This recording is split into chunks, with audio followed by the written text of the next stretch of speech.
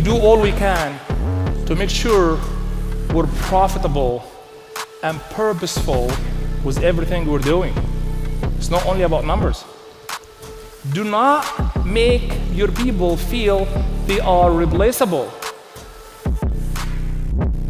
During my university time, second year exactly in law school, one of my mentors, professors, introduced me to the concept of to build the strongest law firm in the city and assemble a line of a badass lawyer, you have to ensure they have been given emotional equity in the brand, in the firm. While you're doing so, understand that the single most important math you will ever learn is calculating the future cost of the current decisions. Today, I'm honored to share with you how we will be able to do well over $1.2 billion of sales volume in less than 5 years, 4 years, and 10 months to be exact. Thank you. Thank you. I'll be sharing with you some tactical, practical, actionable, implementable processes and principles that my hope is you take home and implement in your business that will get you results immediately. With that, let's dive in. Cannot do anything without him. So, all praises are due to the Almighty God, the Most High, the best of planners. Thank you, God, for everything that you've given us. Thank you. One of the things that you've given us is the CRM we use, Follow-Up Boss. So, thank you, God.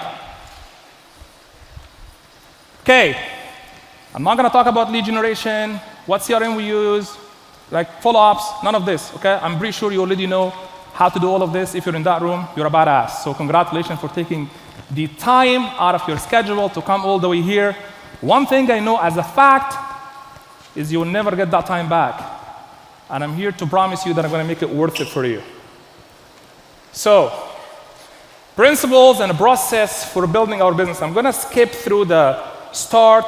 The beginning part is irrelevant. Our story is irrelevant to you. What you're here for is like, what can I take, implement, I can see the result. So, principles are laws. How can we build a principle-based business that makes a record-breaking sales as a result of having a principle-based decisions, not personal? So, our humble beginnings.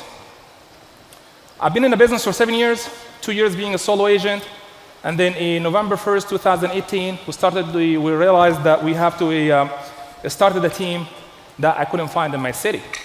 It's not a figure of speech, it's not a cliche, it's a reality. And that's a question that all my brothers and sisters here, if there is a team in your city that you will join, what does that team has to look like to satisfy your fancy taste of what team has to look like, that if that actually exists, you will end up joining that team? Sit on it. Because that's the question I had to ask myself. Sat down with all teams in the city with a why-built mindset. The why-built mindset is a pure curiosity. When you go to a karate or taekwondo class, as a beginner, you're wearing a white belt. And then you will learn from the coach how to build your way up to a black belt. So the white belt mentality, act as if you're dumb, act as if you don't know anything at all whatsoever. Listen, all the value proposition, everything at all, and everything is good. Most teams look the same, okay? Well, doesn't satisfy my fancy taste because I had a fancy one like all you do have, right?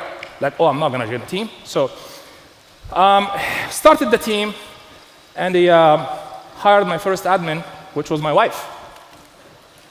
After that, I hired my first ISA, which was also my wife. She was my first wife, and still my last one, okay? So thank you, Alicia. If you're listening, you're not, you will get there. So all credit goes to her. Thank you. Started the team, 4 agents, opened the whole entire ISA department, up to 8 agents. We had a very high PPP, which is per person productivity. Out of 8 agents in 2020, we sold 151 million of sales volume. That's a lot in our city, okay? So, as we're starting to build the business, usually, I see it happening over and over amongst all of my friends. People jump in with head first in the real estate business without paying attention to the business side of the real estate business. It might sound very obvious. Pay attention to the business side of the real estate business. It's not very common. I promise you that. So, we start looking at the business, knowing that if you don't know where you're going, you'll end up someplace else. Success, in my opinion, it has to have a crystal clear direction, sense of direction, conviction on basically what is it that I want to do, where I want to go, and who I want to serve. So I have to know exactly how to have a purpose, and purpose is a lot more important than a plan. Having a purpose is a lot more important than having a plan. So, as we're doing that, and we understand that we have a purpose, so the principles that we built the business on to ensure having the strongest teams that is going to be very hard for somebody to compete against. We had that principle of one key principle, one key lesson. Our agents are our business partners. It makes me very happy. We've been preaching this for 5 years. Most recently, in the last 6 months, 1 year, I had a lot of my friends who runs big, large teams start using the same thing. You know what? That makes a lot of sense, Ibrahim. So it makes me happy that something that it sounds a little bit weird, it's not very common in real estate business, broker owner, team owner, CEO, founder, all of those fancy phrases that we see everywhere in real estate. So, no. My brother and sister would love to invite you to a single fact that they're not your agent. So, if you're calling your agents, my agents, we don't do that in the law world. We don't say, I'll get one of my lawyers to call you. We don't say that. I'll get one of our partners to call you. I'll connect you with one of our partners. I'll connect you with one of our senior partners. So we embodied that, we take it over in our real estate business, and then guess what? Whether you believe or not, whether we believe or not, they're not our agents, they are our business partners. They invest part of their hard-earning money, so-called commission, we call it contribution, commission splits, whatever that might be, into growing your company that you just happen to found. If you think about it, it stops right there. You just found the company, and they are the one that helped contribute, grow the company. That being said, they will do what every single person, financially responsible person will do, which what I will do, which what you will do. If a partner doesn't see the proper ROI on their investment in your company, guess what they will do? Any guess? Yeah, they will go invest somewhere else. Isn't it true? If I have a stocks in a company and my stocks is not doing very well, what am I doing? As financially responsible person, I'm gonna go invest somewhere else. Right, Jason? Cool. They will do the same thing. So let's not call them our agents. They're our business partners. They are, last I checked, they're self-employed. So that being said, as we're growing the company, we have a principle called a bottom-up leadership, not top-down.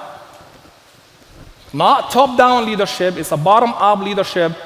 Everybody is equal. We believe that we are a flat organization. We don't use fancy phrases. Everybody's equal. Committed to greatness. Everything we're doing, we're committed to be the best version of ourselves. And we empower them so they can be the best version of themselves. So, if you want, I'll tell you the highest level of knowledge that raises people in rank. It's humility. So, when you're committed to greatness, not only being great in sales, but also great in humility, do you remember the emotional equity I mentioned in the very beginning? Remember that? Okay. This has to carry on through the whole thing. Show them a whole human being and be one. So, when you do that, we come near the great when we are great in humility. Brother and sister, treat your business as a startup company. What I mean by that is, as a matter of fact, okay, I have a business idea. I'm going to create like some fancy app that will change something in the world, and I'm going to go to a raise fund, and then I'm going to go to the raising fund, the investors. I'm going to ask them, hey, I have that cool idea, business idea, that I want to change the world. I need to raise fund. They'll be like, hey, what is your business idea? I'm going to be like, real estate team. Do you be like, WT, what? Real estate team. Why? Why would you build another? Like, no, I'm not investing in you. So, which it takes us to the next point of having your real estate team is in effect, as a matter of fact, is a small to a medium-sized startup company, so you treat it like one. That being said, most of us, as real estate agents, we're really good as salespeople. There is about 1.7 million real estate agents in North America between Canada and US. Would you agree that all of them are business people? No? Why do you say that? Okay, well, obviously we all know the answer. So, we, as a top producing salespeople, we think that we are entrepreneurs. I'm an entrepreneur. It's a fancy phrase that everybody says everywhere. We started the business as an immature real estate salespeople before we find ourselves becoming a business people. And then all of a sudden, we have a business with no foundations. Because all we're looking for, what is next? What is next? What is next? Next deals, next sales. Everybody's like, I want to make more money. Why do you want a success? Because I want to make more. You and I know very, very well there is more to it than just that. So I'd love to remind, if you're one of them, and if you are coaching somebody else, they're solopreneur, they're not entrepreneurs. What do we know about entrepreneurs? They wear so many different hats, right? They run around like picking like crazy life. So they're entrepreneurs. So being a good salesperson doesn't mean a good business person per se. So you're a solopreneur, and you're becoming an entrepreneur, which means welcome to the real world. You're going to have to wear so many different hats. So you must believe, otherwise it's not going to work out. I'm coming from where you're going. It's not going to work out. So brother and sister, there is not a whole lot of really good teams out there that have like a magnetic recruiting machine that is working for them, that people feel belong. So I would love for you to be one of those ones that have that magnetic machine. People feel belong, people happy to be there, because we want to elevate the industry standard overall. So you have to be three different people, three different hats, at least, okay? You have to be the salesperson that sells houses, makes the money, run around. You have to become the team leader that hires, trains, manages, fires, You know what your job is as a team leader? You know what my job is? I'm a shit fixer. That's what my job is. So I'm not a CEO, like this fancy stuff. You know, when shit happens, guess what? Somebody has to go fix it. That's me. So as a team leader, just think less of ourselves. We're a shit fixer. That's just the reality, and it stops right there. So as being a salesperson and a team leader, the most single important hat of the three that you have to wear is the third hat, and I cannot stress enough on it. And that is the investor. You know that crazy idea? If you heard what I said about like treating your business as a startup company, somebody has to invest in kicking on that start company off and start going so fast. Well, nobody's going to invest in it because nobody believes in real estate teams. Guess what? You're going to be that investor, brothers and sisters. So when you become that investor, now you have three hats you have to wear. Cool, I will do that. People move the money. After being 8 agents, having a very high PPP, understood the concept that people move the money. It's the simple reality in the real estate business. We're not in the real estate sales in the sense of we're in the people moving business. We're in the people moving business. We're not moving buyers and sellers to relocate to a different house. We're moving people from whatever company they're at to your company that you want to be the best in the world at. Does that make sense, guys? So we're in the people moving business. So people move the money. The biggest army wins any battle. You want to be like, when I was 8 agents team, killing it, winning every award that the brokerage has to offer, you know what the problem with that is? Life happens. When life happens, 2 of those people end up relocating to a different province in Canada. Life happens. You know what happens? If one person, people come in your life for 3 reasons. They come for a season, they come for a reason, and they come for a lifetime. That's it. People get in business with you. People get in your life for a season or a reason or a lifetime. Our job as team leaders is to ensure the stretch as much as we can to have them with us for a lifetime, knowing it's not going to be the answer all the time. Other two is going to happen, but our job is to ensure we have them for a lifetime.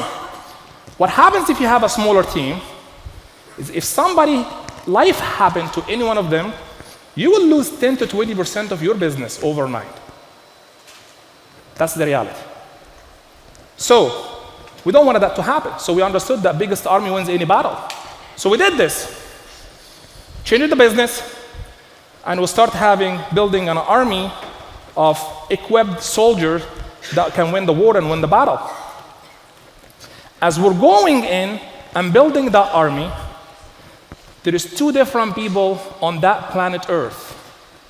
Just only 2 different people. I didn't live in Mars, so I don't know what Mars has, like what people live in Mars, but like in that planet Earth we're living in, there is 2 different people only.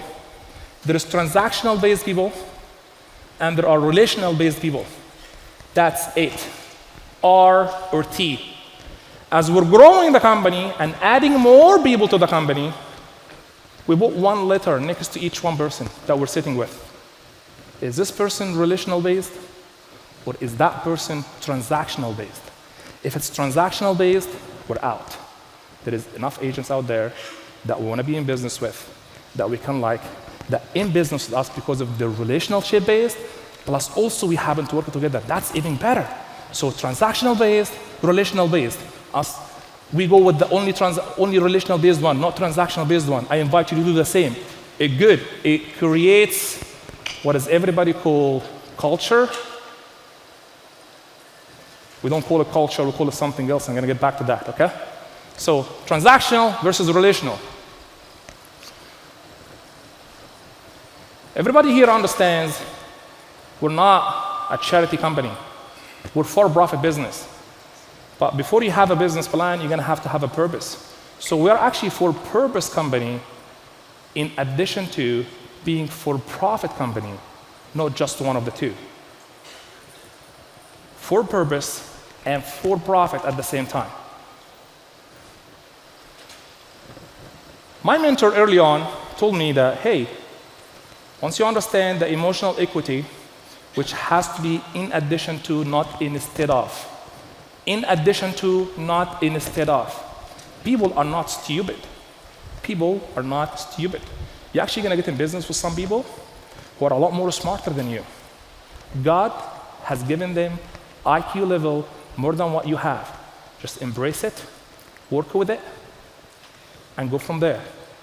That being said, you cannot just give them emotional equity without a win-win financial agreement, a proper career path for them, where are you going to go within your company that you just happen to found, which will become their company after the fact because their business partners at it, okay? So if you suck at everything, Ibrahim, and you got one thing right, the only skill that matter, the absolutely only skill that matter is the decision-making skill. Making the right decisions at the right time when needed. When you make that decision, remember to make a principle-based decision, not a personal-based one. Is whatever we're doing aligns with the principle that we stand for. This is what we're knowing for, and that's the mission of the company. Does that align? Not, we're not doing it. Yes, go ahead for it. With zero attention to who the person is that you're about to decide on. Does that make sense, guys? Good. So, the most important math, the absolute most important math any one of us can learn is calculating the future cost of the current decisions. You see, everything in my life is math. Everything is math. You can hear me have an accent in English. I speak the numbers language fluently with no accent in it. My relationship with my wife is math. We do everything 50-50. She cooks, I eat. I'm a nice guy. I'm not gonna just let her cook and not eat the food. I make the clothes dirty, she does the laundry. Everything is equal, partnership, okay? So everything is math, everything. So the best math you can ever make is calculating the future cost of the current decision. Love you, Alicia. So, make a principle-based decisions. Most importantly, don't be a king. Be a kingmaker. That's what life is about. That's what life is about. Lift the people up. We raise by lifting others. Shed the lights on them. Let them become the best version of themselves that God has created them to be. Don't be their ceiling. That is what life is about, lifting one another. Don't be a king. Be a kingmaker. It's better for you. It's better to be known as a kingmaker than being the king. Queens, females, are also kings. They just call them queens, but they're kings. So, as we're building the business, here are the principles that I took away that you can take away to your business in the building phase of your business. Okay? Don't forget the business side of the real estate business, the business side of the real estate business. For profit and for purpose company, focus on the relational people and not the transactional people. Make a principle-based decisions, not a personal-based ones. Be a kingmaker, not a king. So, now that we've built the business, we need to scale the business. So right now, if you're in a room, if you're doing about like 200,000, 200 million, 400 million, 500 million, 1 billion, that's going to be very relatable to you because scalability, there is no ceiling for it. So principles and process for scaling the business. We began to truly scale when we started looking at our business differently. We asked ourselves one question: what business are we in? I am very well aware I am not in the real estate business. So what business am I in?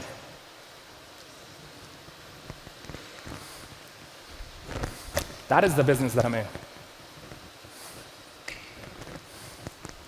I'm in the human resources business in general. I'm in the human attraction business. Come in, bring them on. I'm in the human development business. Help them become the best version of themselves that God has created them to be.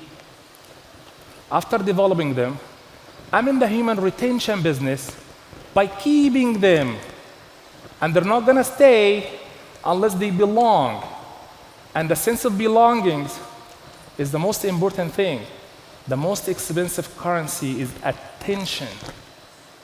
You have to pay attention to what they want, what they need, so they can feel they belong, so you can achieve the most difficult thing that the companies are able to achieve, which is giving emotional equity to the people that they feel to belong here.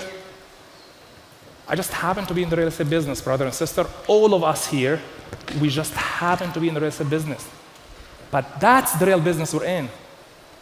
In other words, we're in the H to H business, human to human business. I trademarked that. I trademarked that, okay? So, H to H business. So, we're not in the B2B business, we're not in the B2C business, we're in the H to H business, human to human.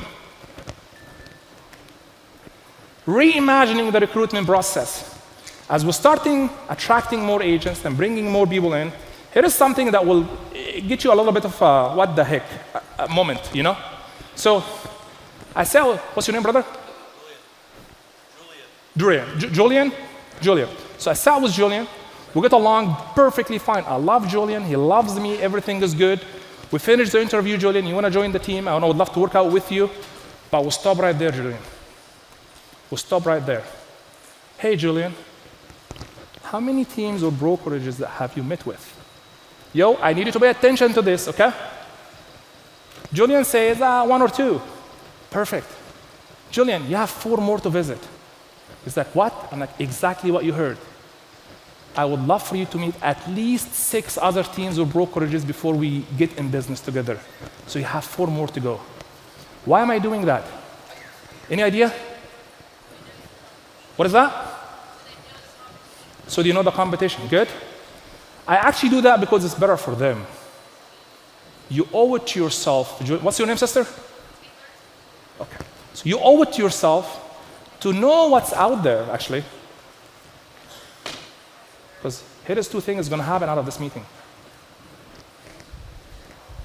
She's going to go interview 6 other teams, and she will join one of them. I will know that when I do my follow-ups. Or I see it registered in MLS and she joined the new brokerage. Then I have to own it.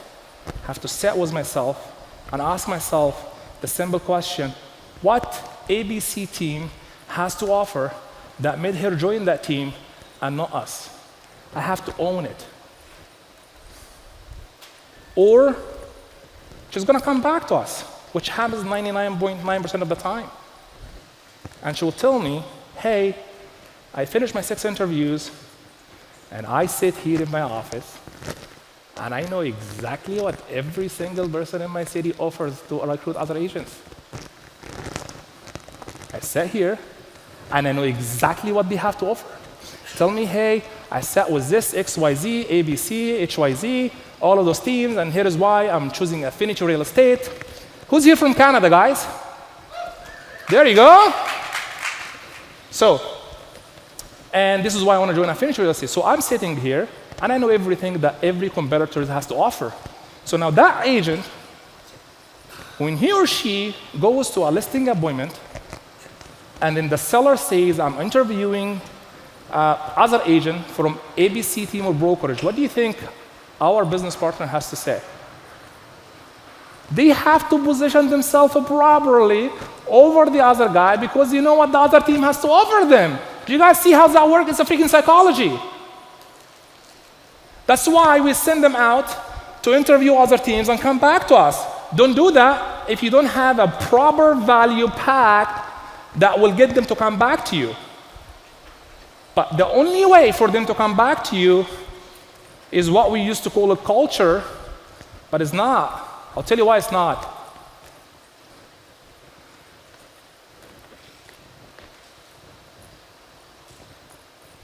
Reimagining the P&L.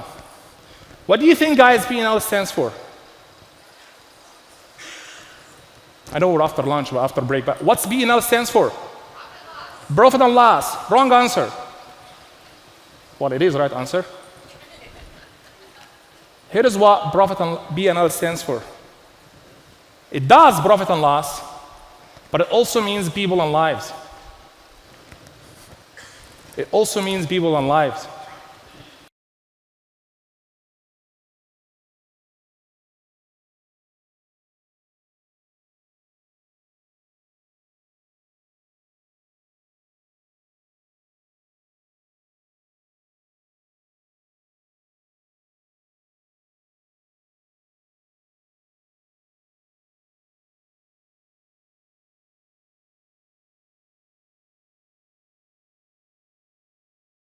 We do all we can to make sure we're profitable and purposeful with everything we're doing. It's not only about numbers. Do not make your people feel they are replaceable. Do not do that. And the reason why is you wouldn't do that to your spouse. You wouldn't do that to your family member. We were all told, hey, you need to keep on recruiting. Keep on recruiting. Why? So when you recruit other people, your current agent feel they're threatened. You're like, holy shit. The new guy comes in, smokes the older guy, and then now I feel like I'm replaced. I have to get back and follow up boss and make the numbers. Keep on recruiting. I get it. I understand. Just don't make them feel replaced. Nobody like to feel that way. If you think about it, you wouldn't feel that way. You wouldn't like to be feel that way. So don't make them feel replaced. Make them feel loved. And the only way to do that is to understand the profit and loss is not only about numbers. In the end of the day, we're not a charitable, we're not a non-profit organization. But it doesn't hurt to do both. That's what I'm trying to say here, okay? Culture specialist. As we're growing, I shit you not, I know the shoe size of every single person in the team. I know their birthdays. I know their spouse birthdays if they're married. I know their kids' birthdays. I know their dogs' names. I know their love language. I know all of this. When the team got bigger and bigger and bigger and bigger, I can't. I have a human memory at the end of the day. So start hiring a full-time person is a culture specialist. That person keeps track of all of that for me. So I can keep on top of this, so we can give them a proper experience that anywhere else they will go, they will never find the same thing. So, the power of appreciation. The power of appreciation. We appreciate the crap out of all of them, and I'm sure you do too. If you're here, that means you do. You're a top producing people. See, when I sit down, who here agrees with me that when you ask somebody something, hey, what differentiates you from your competitors? What is the first answer people tell you? Be truthful. What? Our culture. Oh, we have an amazing culture. Okay. What differentiates you from the competitors? Oh, our culture. Awesome. Sell me your culture. Sell me your culture. Big pause happen. Nobody can sell your culture. It has to be felt. It has to be shared. That is what culture is. So what we used to call culture, it is a leadership style, not a culture. We used to say culture before. It is a very loose word thrown out loosely everywhere, everybody using it. So it's not a culture, it's the leadership style that is embedded in the actual company, the flat organization. Everybody's equal. A team leader is nothing more than a shit fixer who just gets paid a high-paid job. That's what the reality is. So, as you're scaling the company, make sure you never scale yourself out of relationships. Never, ever in a million years scale. There is some philosophical, academical way of like scaling the business and replacing yourself. And John talked about that yesterday. Like, it's a $15 job, don't do it, all of that stuff. Okay, I'm not against any of this, you know? Just make sure as you're scaling your business, don't end up scaling yourself out of the relationship as well. I hear team leaders, they don't know some of the team names of the people in the team. I'm not saying anything right or wrong, but you would love your team leader to know your name, wouldn't you? You would love your team leader knows your wife's name if you're married, significant other, your kid's birthday, your dog's name. That will mean a lot to you. What do you think you're going to feel if the company does that to you? What do you think? Appreciation. The power of appreciation. So take that power of appreciation to one step further is constantly survey the crap out of your people. Constantly survey the crap out of your people. We send out 2 surveys every month. One is the value survey and one is the culture survey. What I mean by that, the value survey, we send us value survey every month. We ask people, if you are the decision maker of the company, what is one thing you would like to see happen in the business, in the company, that will benefit you and everybody else? If you're the decision maker, what do you think? Holy crap, I get to decide what happens in the whole company? Yes. And then everybody posts their notes, posts their suggestions. And then we take it and we come back at the end of the month. Hey, what's your name, brother? Ivan. So, hey guys, just want to give a big shout out to Ivan because we're implementing this, and last month, that was the reason why Ivan actually brought this up. So thank you, Ivan. The reason why we're having what we have right now is because of Ivan. Everybody give a heads up to Ivan, guys. Everybody shares. And everybody. And then now, what's your name, sister? Crystal. Crystal will be like, whoa, I can speak too. I actually can come up with something. You know what's happening? I have 67 brain thinking for me, what should I do for the company to develop the company? And instead of thinking for myself, why the hell would I think for myself? I have 67 people thinking, giving me ideas. How powerful that is. If you actually think about that, I just have to facilitate the condition for them so they can speak up. So that's one value survey we send. One of surveys called value survey. The other survey is the culture nomination survey. We don't give the biggest award to the top salesperson, FYI. We believe the top salespeople are also the biggest contributors on the team, just ironically to happen that way. So we ask people, the culture survey, who from your fellow partners on the team has impacted your life significantly and impacted the culture of Affinity Real Estate last month? And what did they do? So people vote for one another. And then the person that gets the highest votes wins the biggest award, which is the Cultural Leader Award of that month. What we also do is we track the whole year, and those who got the highest vote for the whole year, but didn't win a single specific month because, like, you know what? I got second for like 4 or 5 months in the year, but like the whole entire year I got the highest vote. That is the cultural leader of the whole entire year. That is where the biggest award actually goes to. The top salespeople, congratulations, you sold more homes, you made more money.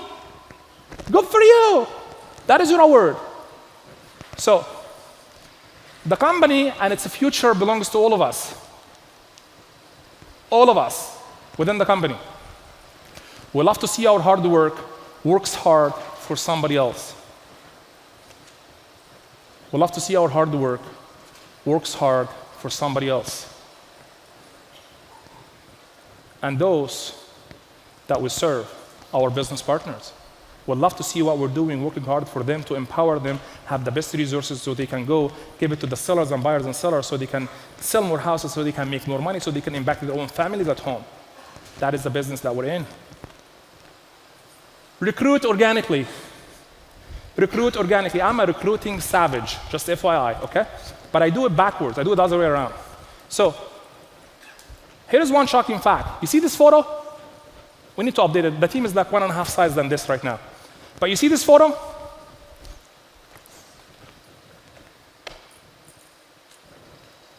These are the only 3 people I recruited. these are the only 3 people I have recruited directly in the form of asking them, hey, would love for you to come join our business and partner with me. That's it. Every single person in the company came through somebody else. That's the power of having an organic, magnetic recruiting machine. Your people will become a walking billboards for the brand. Your people will become a walking billboards for the brand. So let me take you to some math here. Math is the path. We all understand that, right? So here is the numbers that you need to make, because once you know the reality of what I'm going to share with you, you're probably going to watch this again and you're going to start. You cannot afford, the brothers and sisters, because I know you have a good heart, you cannot afford but to start doing what I'm sharing with you that is working for us, because the number is going to make you, holy shit, I actually have to do that. Okay, here is a number. Here is a number. What is the value for one recruit? Can somebody help me quickly? I can't hear you. Just if you're saying something, say it loud. $100,000. Who has the higher number? 4 million. That's a crazy number. Holy crap. 300,000. Good. Every number is right, but here is what the math looked like for us that I would love to share with you, okay? If the average agent stays with the team for 5 years, which they do, okay? By the way, did I tell you that the top 7 agents on the team, they don't take a single team lead? Did I say that? The top 7 producing agents on the team who take home anywhere between $500,000, $600,000, $700,000 take home money, they don't take a single team lead. Holy crap. Agents making this much money, selling $40, $50 million a year, not taking a single team lead. Why would they be on a team? Well, there is a lot of value for them to be on a team because they are on a team that belongs to them, and it has a financial win-win situation, and they have an emotional equity in the brand. So, if the agent stays 5 years, if the average commission split to the agent is 60-40, okay? If the average is 60-40, if the average price point, if the agent sells 20 homes a year, for 5 years, that's 100 homes. If the average price point is 800,000, which is where we live, that's $80 million. If the average commission is 2%, it's $1.86 million GCI. The average company dollars, 40% of the $1.6 million GCI. Ladies and gentlemen, here is the math. Take a picture for that, and let me know how would you start treating your people. Take a picture for that. Math is the path. Once we understand this, we're going to have to backtrack everything and start acting accordingly to ensure that is a $640,000 relationship. Holy shit. Bro, what's your name, brother? What's your name? Kellen. So I'm meeting with you first time. Yeah. You might be like a brand new agent, got your license 10 o'clock this morning. It might be the case. It might be the case, which you're not. I know that you're not. So I cannot afford but to live in the future, to welcome the future version of him in the 2028, because he can be $640,000 meeting for me. That's the reality. That is the freaking reality. That recruit, that meeting can be $640,000. How am I supposed to treat this? Leave you with that, okay? So here are the following principles that we take from scaling the business. We realize we're not in the real estate business, we're in the H-to-H business, human to human. As leaders, don't scale yourself far away from the relationship. Have a perspective, new hires, interview everybody else. P&L is not only profit and loss, it's people and lives. Survey the crap out of your people and re-recruit your team member. Re-recruit your team member, re-recruit so they can stay and they bring other people in.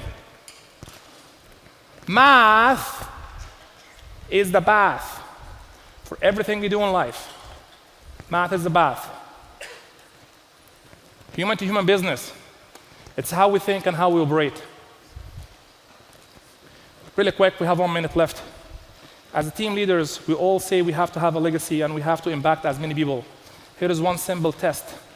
I'll leave this here. Here is one simple test that will prove if we're saying is legit or not. If we're saying to our families that, hey, we're impacting people's lives. Here is what's going to happen. The one simple real test that you will take, but you're not going to be here to see the result, is when you die. Really quick, I want to honor my father. My father is the #1 role model for me in life. Reason why is really quick. He died, and he asked to be buried in a city that's 3 hours away from the city that we live in. That was the town that he was born at. And he said, I want to born there, I want to be buried there with my mom and his side of the family. So we did. I was 14 years of age. I wish if there was a cell phone that I can take a picture or anything like that for the funeral. But the town was shut down. Shut down. Thousands of people walking in the funeral. I knew my dad was legit. I knew my dad was legit when he says I'm impacting people's lives. So we're all gonna die here.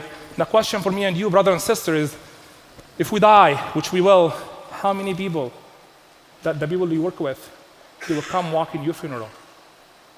How many people you work with, when you die, they will come and walk in your funeral? That is the real test if you're saying you're impacting people's lives. You're not gonna be here to see the answer, but your family will do, your daughters will do, your kids will do, your spouse will do, and only then they will say, my father or my mother was legit, as I'm saying about my father. God bless you all. Thank you. Thank you.